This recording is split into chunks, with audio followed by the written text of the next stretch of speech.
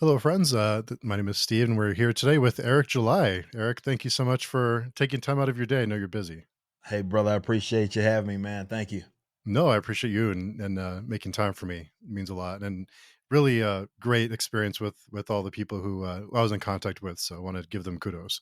Oh yeah, shout out to them, man. We got a Yeah, wonderful team over here. definitely. I was impressed. Yeah. So before lots of stuff to get to. I mean, there's so many questions I have for you. But before we get started, I want to say congrats because you hit 1.8 million on ISOM 2. That's crazy, right? Thank you. Yeah, that's nuts, man. To do that for a second book of a series, that shows that we got a lot of return customers for sure. And that first one wasn't a fluke. So yeah, 1.8 million and counting. Number continues to go up. So this is a dream come true for me, and I'm just blessed to be in this situation, man. I can't complain at all. That's insane. Yeah, I want to get to all that, but first I wanted to talk to you about how you got into comics at all. What was the experience for you? What was a book that was most memorable, or like an arc or an event? What got you into it? Well, I got introduced by way of my mother. There's two ways. First and foremost, it was again my mother. I got introduced by way of the Flash. That was my first character that I kind of fell in love with.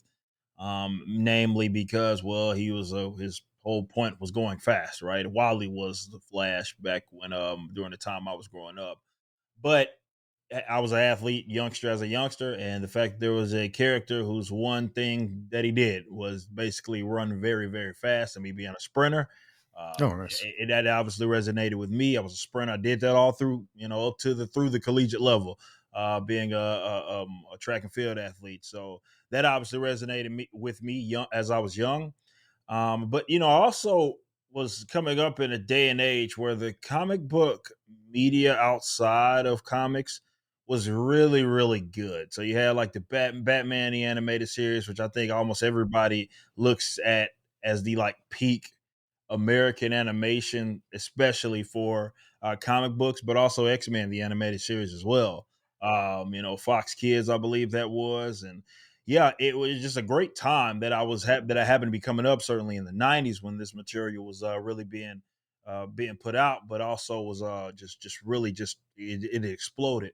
So that's what did it for me, and it sent me down that rabbit hole of wanting to get into more comics. If there was one character that I had to, of course, put on that, it had to be the Flash.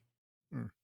Coming up in the '90s, I came up with the '90s too. And how much of the image movement was instrumental for what you do now? Was that an inspiration to you at the time? Well, I would say Todd. It wasn't anything that I put like directly pulled from, but it was an example of some guys that came on the scene, specifically Todd, and it really tried to do their own thing and saw a lot of success. And Todd was certainly capturing other industries. I remember being young, and I remember that commercial, Yeah. Todd's Toys commercial, where he was really just talking as much noise as you could possibly imagine, where you say we're to blast the competition and doing all that stuff. So he had a bit of self confidence about him, which of course I appreciated as I got older. So while I didn't try to specifically implement anything that they were doing, it was an example that it's very well possible just because certain groups have a large majority of the market share.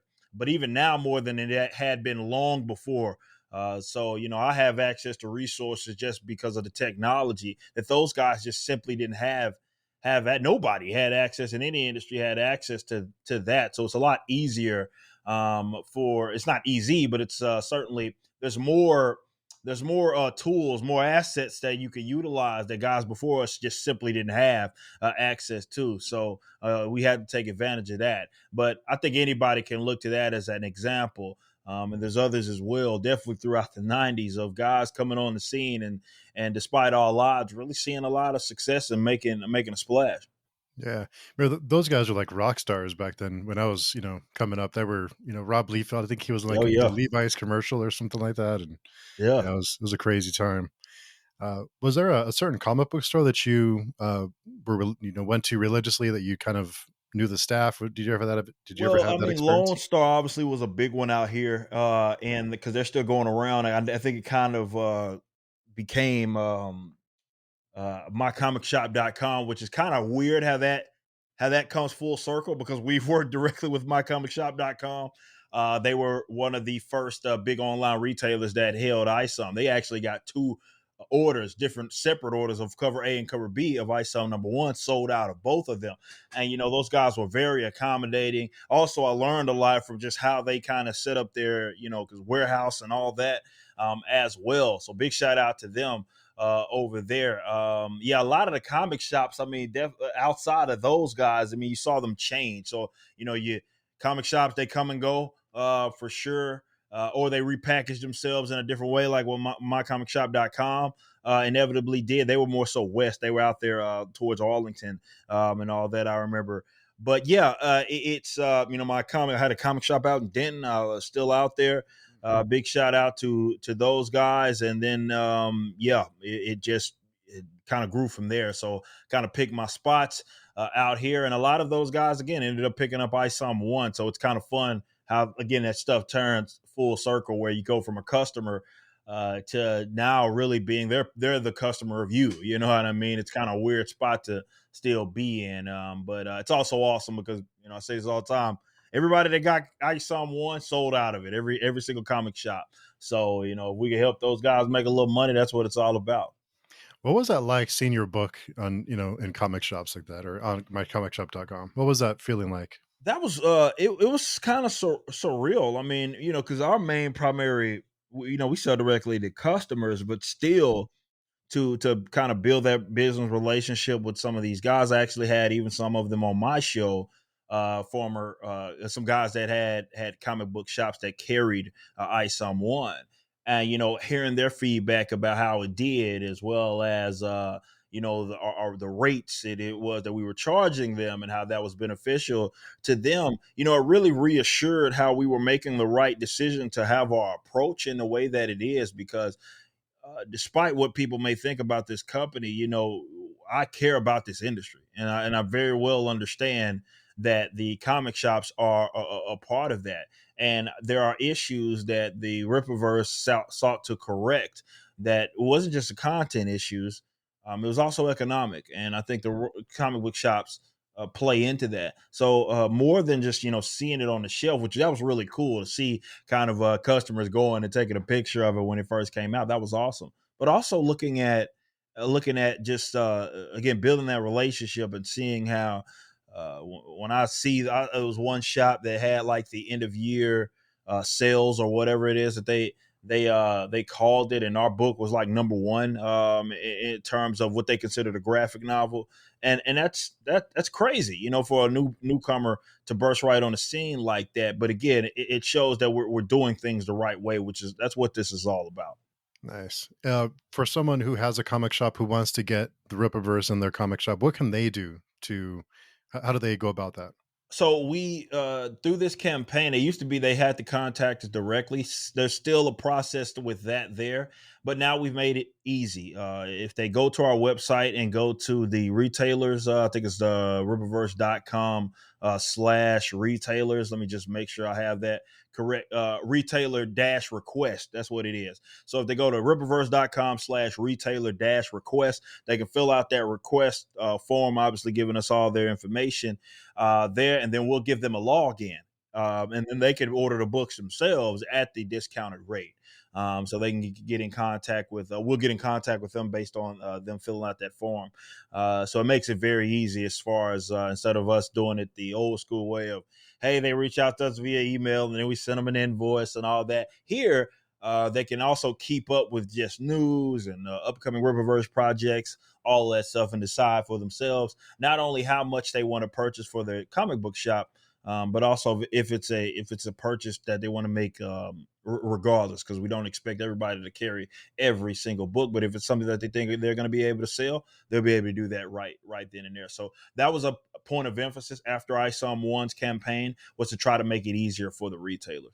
Oh, nice. And where did the idea for the Rippaverse start? Was there a moment that kind of sparked the idea for it?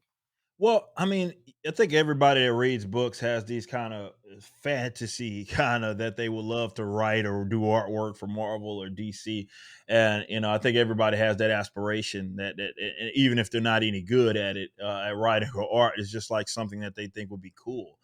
And for me, there was something that I expected to, or I wanted to do, and I would have realistically pursued, but I thought it was something initially that I wouldn't be able to do until I was like older, well into my 40s, or something of that nature. But you know, it accelerated with, it wasn't just a rise of myself, but also I started to notice all these issues that plague the actual industry, entertainment wise, especially with that's why our code of ethics are what they are when they talk about respecting the customer and the continuity and the canon aspect of it being something that we pay close attention to, because we want to make sure that there's something that the audience and the reader can keep us to, hold us to. So seeing the decline, and also it being a perfect time to get in for me. I had the finances, and I said, you know what, I'm gonna take this leap. I don't know if there's gonna be a better time than right now, and thankfully, I took it when I did. It worked out, and considering that we have now, we're about to enter into the second like multi-million-dollar campaign.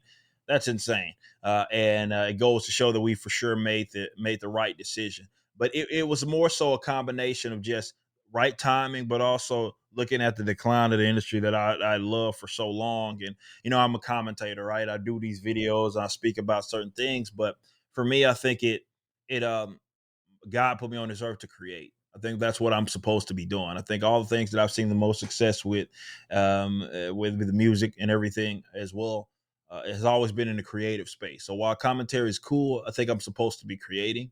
And again, the just the reception that we got kind of showed that. So, like I said, just a combination of those two things. Nice. So what made you opt for crowdfunding? What were some things that you had to take into consideration when you started the campaign? Well, for me, it was I had the funds initially, but I loved what crowdfunding introduced to the industry, where it was more the transparency for. So for most people, I mean, crowdfunding, that's what that is. It's to get the crowd to fund it, because otherwise they couldn't do it, and that's the important thing. I mean, that for them and people that need that's what they need access to, and it's also lowered the barrier of entry for those. That's what crowdfunding introduced. What I took from the idea of crowdfunding was the transparency, and that's what I loved. I love that people are able to see how many people bought what. There's all these updates, stuff that you just do not get with the mainstream stuff. So I was like, all right, why don't I fund it right myself, and I take the visual and I take the transparency of a traditional of a crowd fund.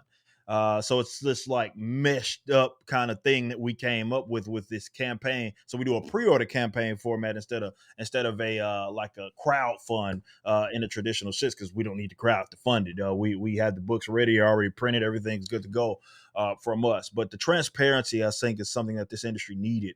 There's a lot of uncertainty, a lot of, especially now, nobody knows what book sells what. Diamond does not report those anymore. Penguin Random House doesn't.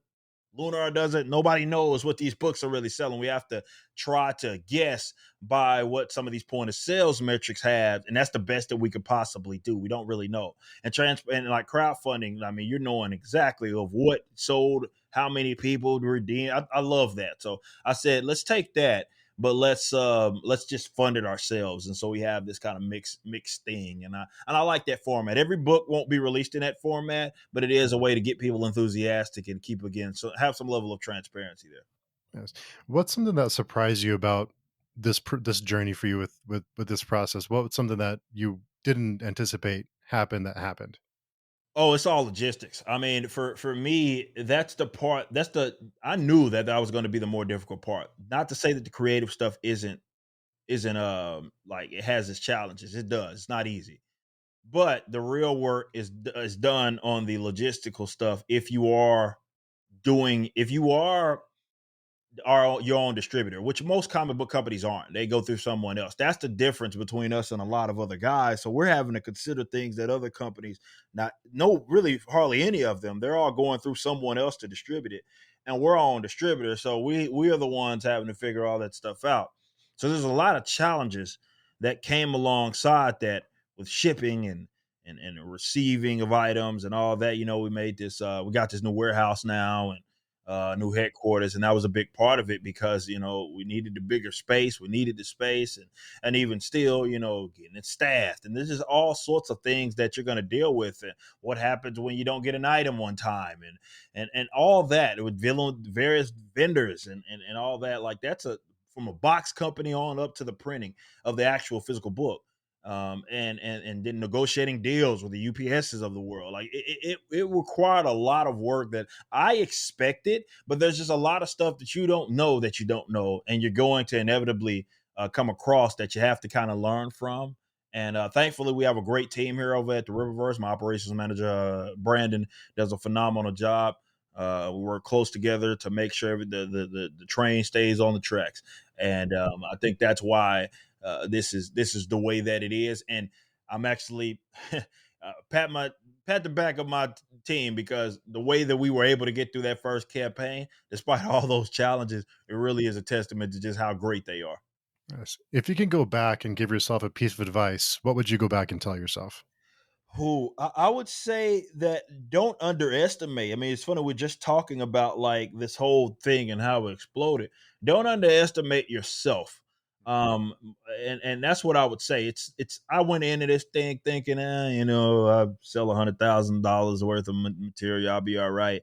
We got like 12,000 books, I'll be okay. And then we just breezed through that in the first like couple of hours that I have everything launched. And I shot way too low there, and it was yeah by textbook definition underestimation. And I would argue that the underestimation actually some problems came from from the underestimation because now I'm having to worry about getting the rest of our books there and the pallet count and all that other stuff that if I planned for that, I wouldn't have had to worry about it. So I would say don't underestimate yourself. You have good ideas.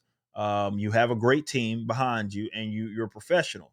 So treat yourself like such, and that way, we were not as surprised. I mean, still, look, I'm not expecting to make multi-million-dollar campaign. I'm not expecting to just do that. So there's still going to be some element of surprise, but there doesn't have to be so much underestimation, which is for sure what we did the first time.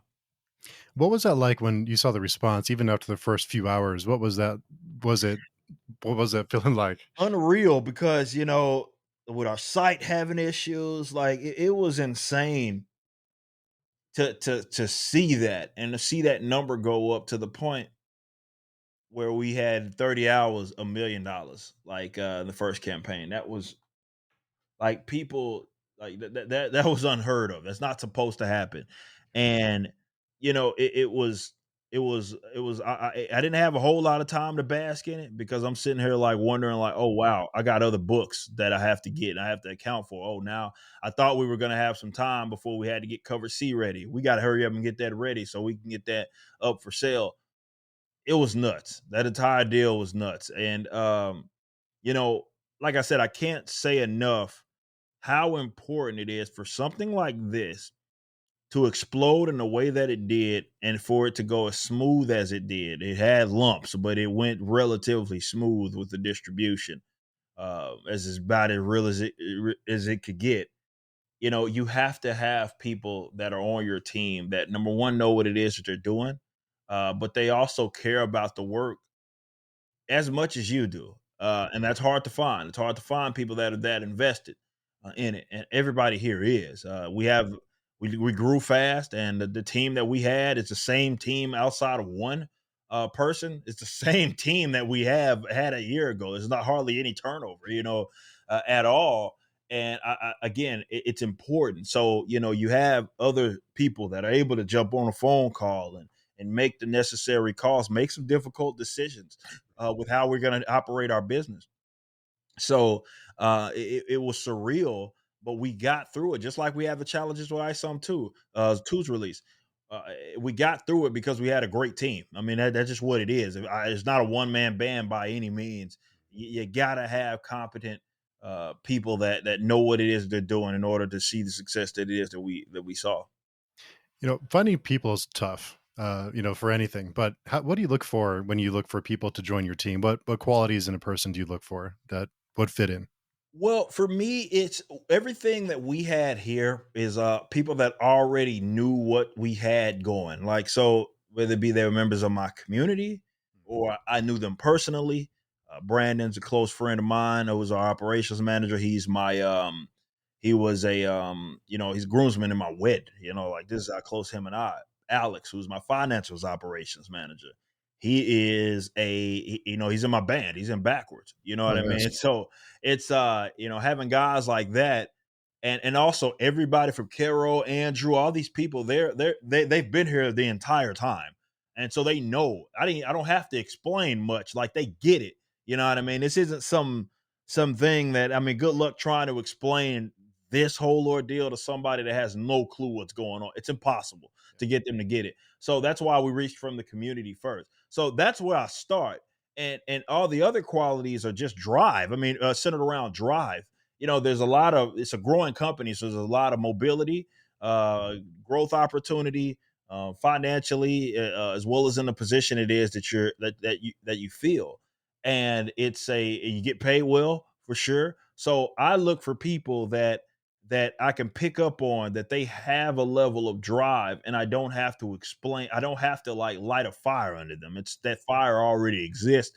It's inherent in who it is that they are. But that's easy to do when you give them a workplace and a work environment that they want to be there at. So my salaried folk, inevitably, everybody, definitely all my executives, they know uh, it's going to be days that sometimes it's a 12-hour shift. It just comes with the territory. There's no, and for it's crazy because I don't have to explain it to these guys. These guys already know. So when we get to release week and we know it's going to be nuts, nobody's crying, nobody's griping.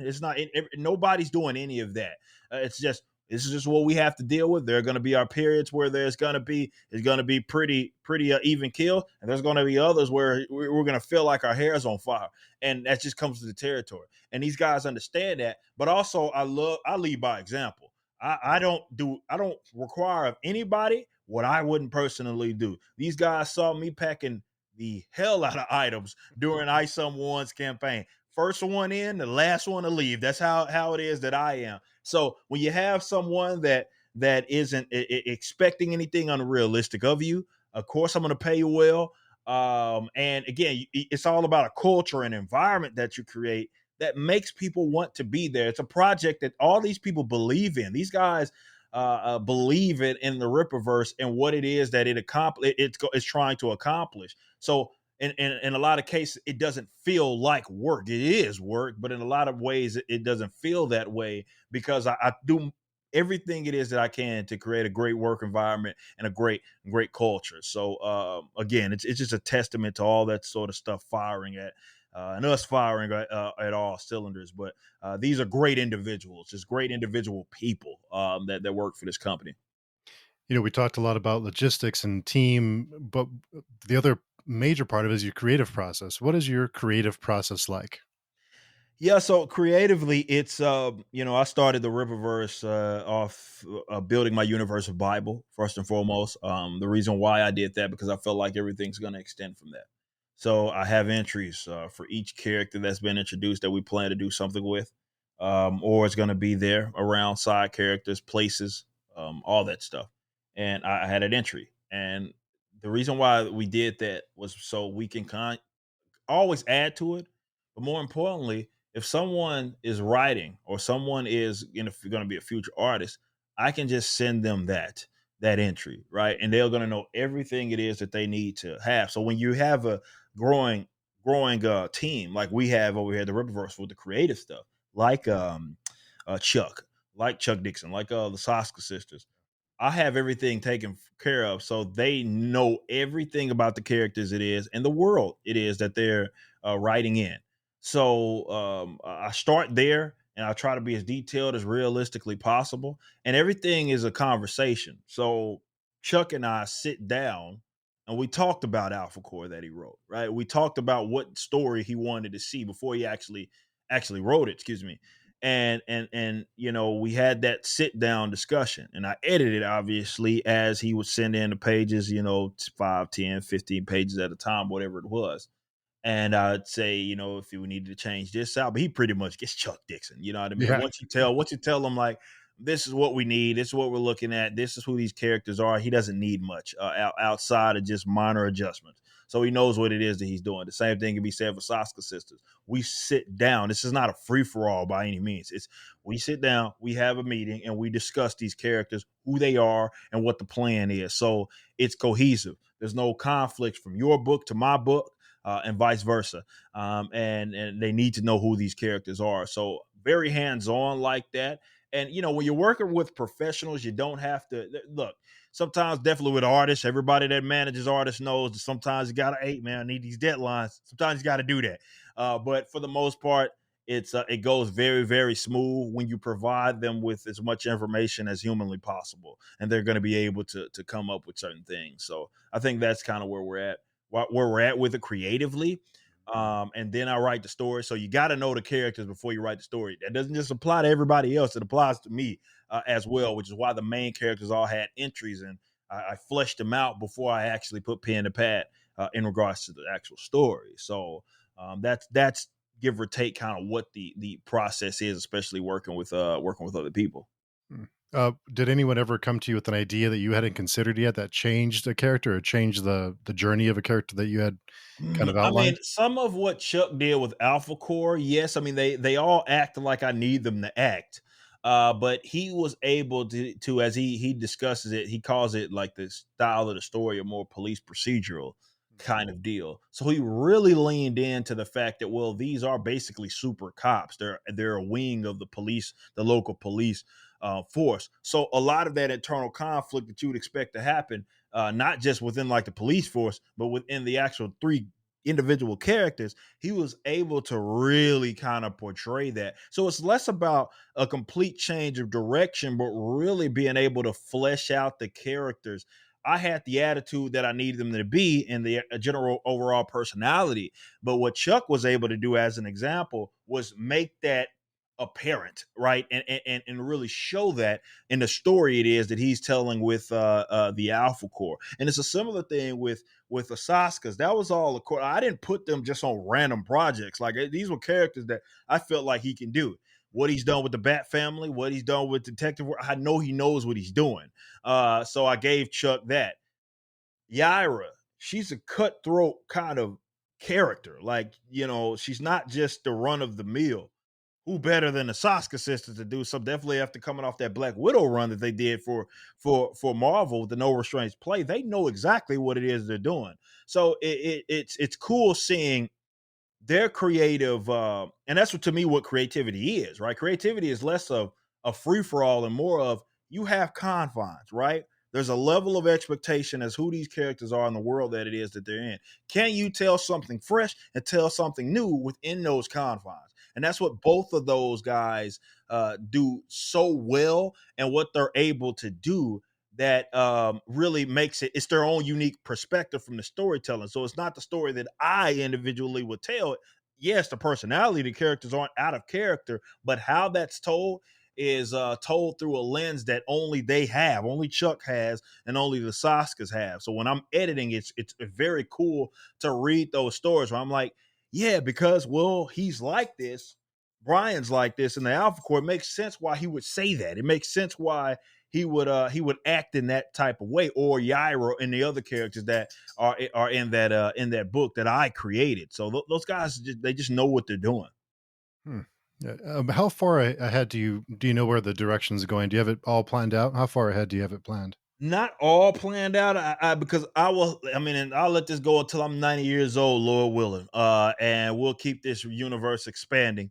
So I have general ideas in the medium to short to medium term of where I need these characters to go and where I want these characters to go. But as far as like just like an end game, not necessarily with that. There's arcs, right? Like we have the ill advised arc, and where I need Isom to be at the end of that. So I have a general idea, of course, of that.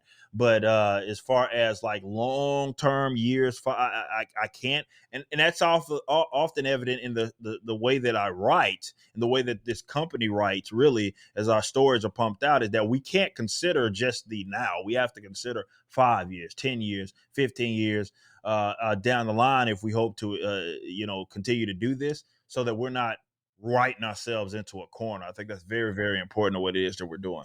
Yeah, yeah, that's tough, right? Have you, with all the work you've been putting in, all the work that you've been putting in, do you have any ideas for another universe eventually or a different genre? I think, well, another universe, no, but different genre, absolutely. And that's the awesome thing about the Rippaverse is there's room for everything.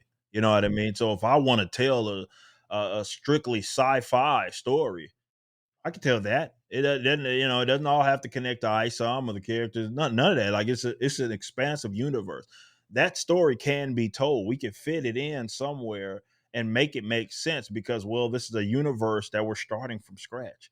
So absolutely, there's been some other genres that we've already entertained. Some of the characters that you see actually have different feels to them. Like I saw him like Bloodruth, this Bloodruth character that we're introducing, I think is going to really show people kind of that's a different type of character. For sure. It's not the run of the mill like hero or heroine that we have going. Even with Yaira, I mean, it really Yaira's not that. Again, she's not a run of the mill by any means. So there's different kind of genres within even the superhero realm that we can tell, but also just in general. And that's the flexibility it is that we have. It's all in universe, but it doesn't necessarily mean that all the characters have to know each other. They don't have to be on the same team and all that. We can tell whatever stories you want to tell.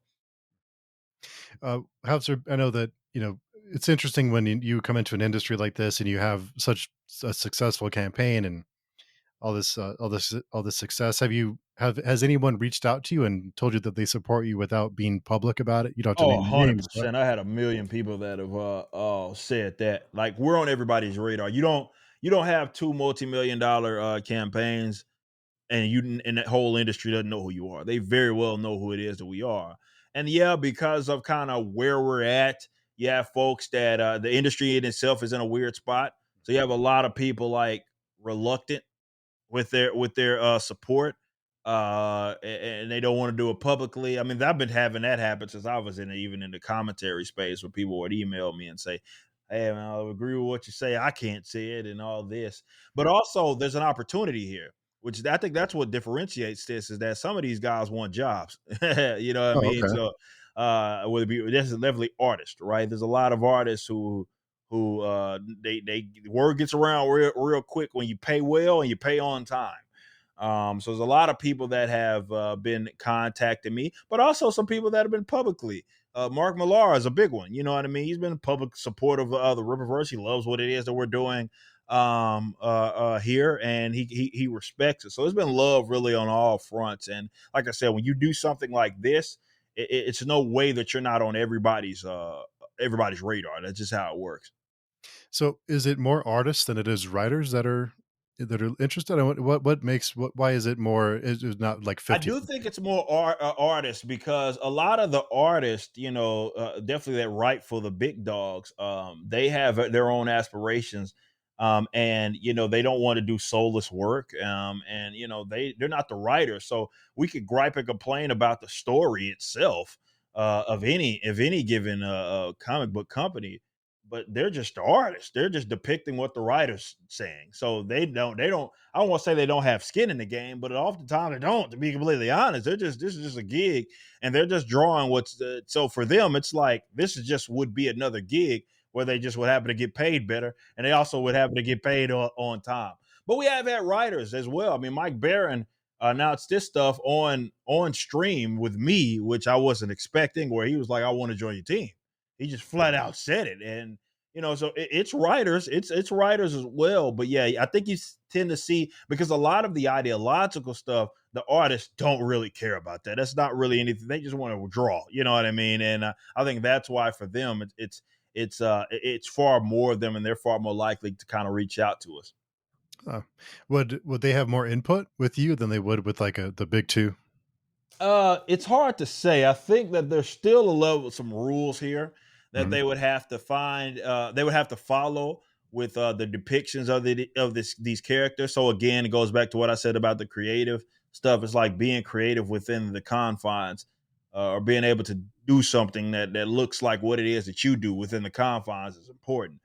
So there is still rules. So freedom, artistically, I would say that there's still rules there. mhm, I don't know kind of what all they have to follow there, but it's not soulless work that they feel like they just have to do to get on to the next gig.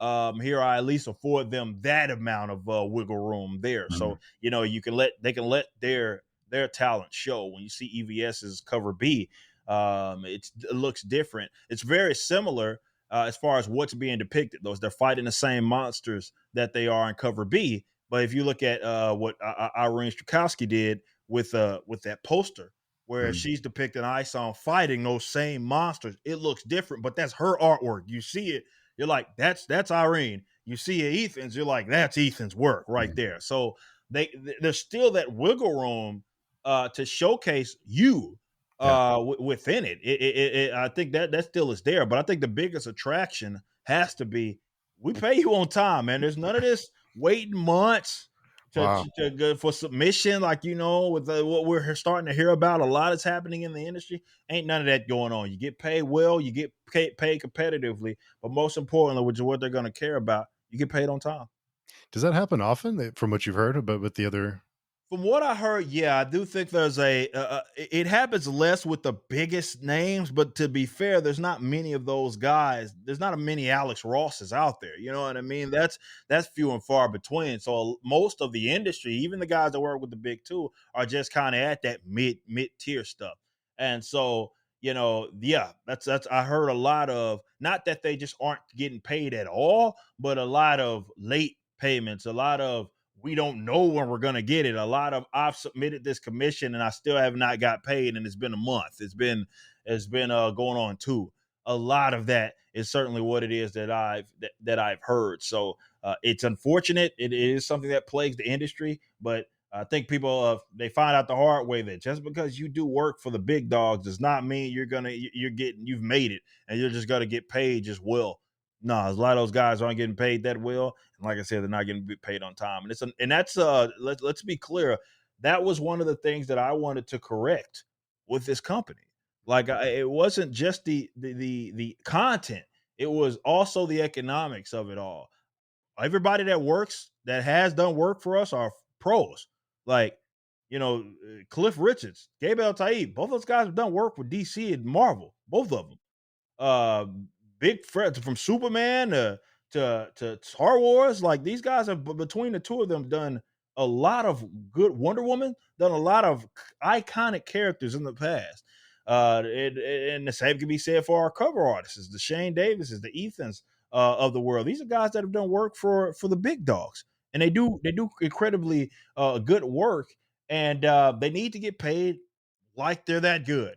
And I wanted to make sure we corrected that problem. There's no waiting for payments. Here, you get the submission. We get the submission, less than a week. You're gonna have your money. You know what I mean? We're gonna make sure that you have it. Nice. So with the Rippaverse, I mean, you said people notice, people are on notice, but the positive also comes a negative. How do you deal with negative feedback like that, or people in the industry who, for whatever reason, aren't fans? How do you deal with that? You gotta keep in mind the reason that you're doing it, right? I'm not doing this for haters. I didn't make this company to spite haters. I didn't make this company to try to own the haters. That's just a side effect. I made this company for customers. I made this company for guys that wanted long time comic book lifers, or guys that wanted to get into comic books. So keeping that in mind makes it a lot easier when you see some of the unwarranted nonsense that it is that I have to deal with, or my team has to deal with. It's a lot easier to deal with that when you understand and you remember and you take a step back why you're doing it. And you're doing it for your customers. You're not doing it for them. So let them say whatever it is they're going to say. Get over it. Have a little fun if you may. I certainly will, but I will not lose sight of who it is that I deal with. I'm just I'm rough around the edges, so it's a lot easier for me to deal with this stuff. I know a lot of folks they can't. It's difficult to deal with a bunch of people saying things about you. It doesn't matter how nice you can be, rough like I am, or you can be as nice. One of our good friends, Drunk 3PO, Jay, people know him as.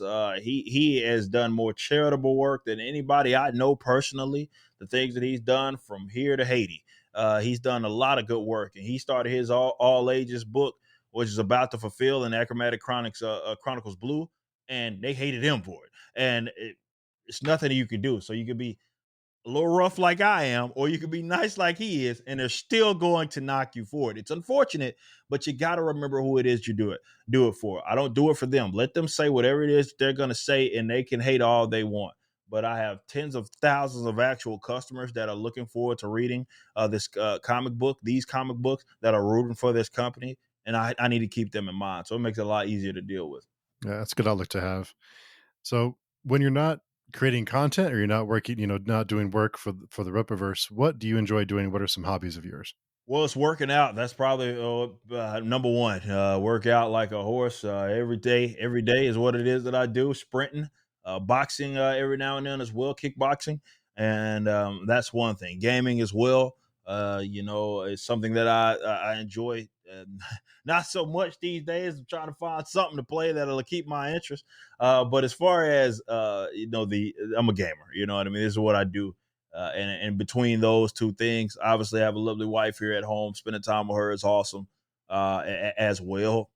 But working out, I would say, if number one, as far as what I if I need to be in a space, because I look at everything else like it's something I'm supposed to do not only as a man, but I'm supposed to do as a entrepreneur or CEO or whatever it is that you want to call me. But when it comes to like I want to be in the happiest spot that I could be in. Let's go work out. Let's go punch some bags. Let's go sprint. It's good for myself, good for my body, and I thoroughly enjoy doing it. So working out and gaming, and of course, again, spending time with my lovely wife is awesome. Yes. Yeah, no, you're also, and you mentioned your band. What kind of music do you make with your band? Yeah, so I'm in a metal band. It's mixes some other elements as well, but metalcore is the genre that we float around the most. I know one of the big questions that we get is when the return is going to be. We shoot actual music videos here in August coming up, Oh, wow. so we will be returning then. People will get a couple of music videos there. So uh, for people that like the metalcore, hardcore stuff. They're gonna thoroughly and they've enjoyed Backwards. The Veracity album was a massive success that we had, and now we're gearing up for potentially a second one, as well as just some all new singles. So heavy, really, really heavy music type of stuff. I'm screaming at the top of my lungs. If you like that type of stuff, we're all about that. You should go check us out for sure. Yes. And do you have any albums that you can listen to and you'll never get tired of? Do you have any albums that have spoken to you like that? Ooh, there's one Lauren Hill's Miseducation album. Has to be up there. I think you can put up Pantera's Vulgar display of like that. That's got to be up there. Um, but for me, top to bottom, or rather front to back, that album, like I said, Miss Lauren Hill's Miseducation album, I don't have to skip anything. That is a jam front to back. And it's the album that really got me into music, that made me want to play it. You know what I mean? Was what I remember my mother had a cassette tape of Lauren Hill's. That was what, 98?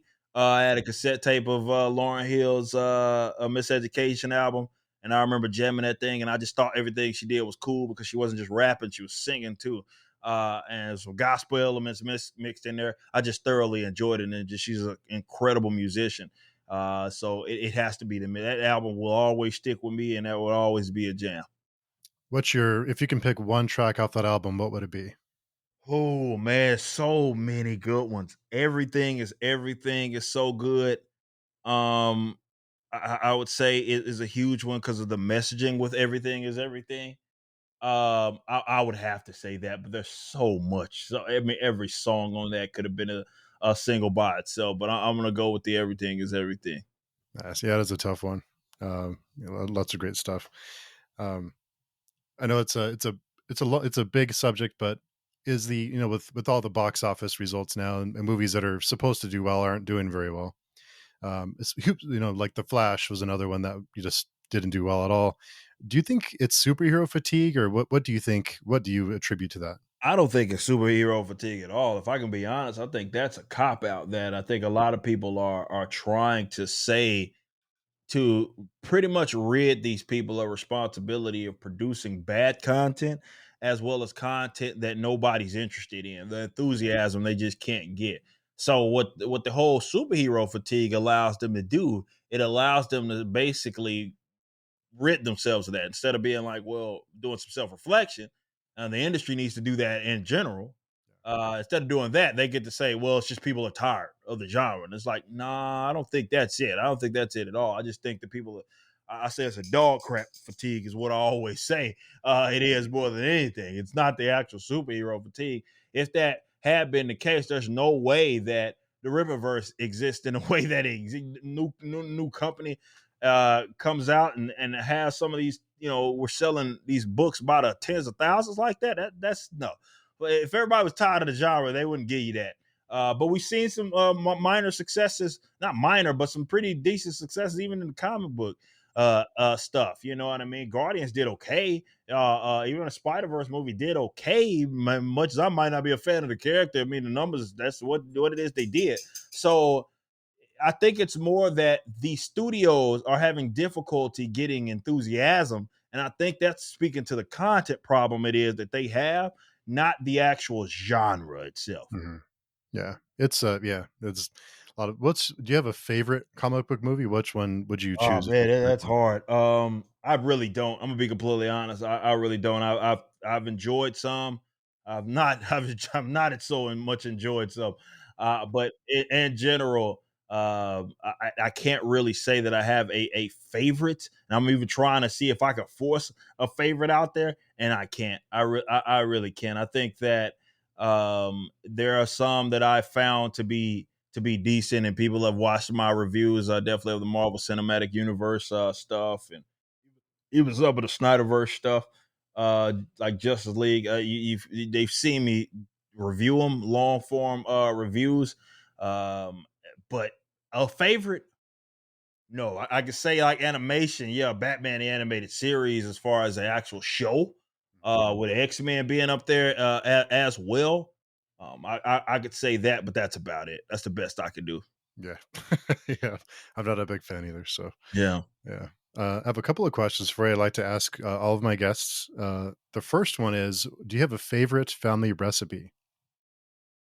Oh man, that is an incredible. I would say that my aunt, and it's something simple, but I eat it every day. My diet does not change much as far as what I eat in the morning, and it's an oatmeal recipe. Essentially, that she put me on game. I remember being just wanting to eat every time I went out there to Arkansas to see her. I'm like, auntie, make that oatmeal. I need that.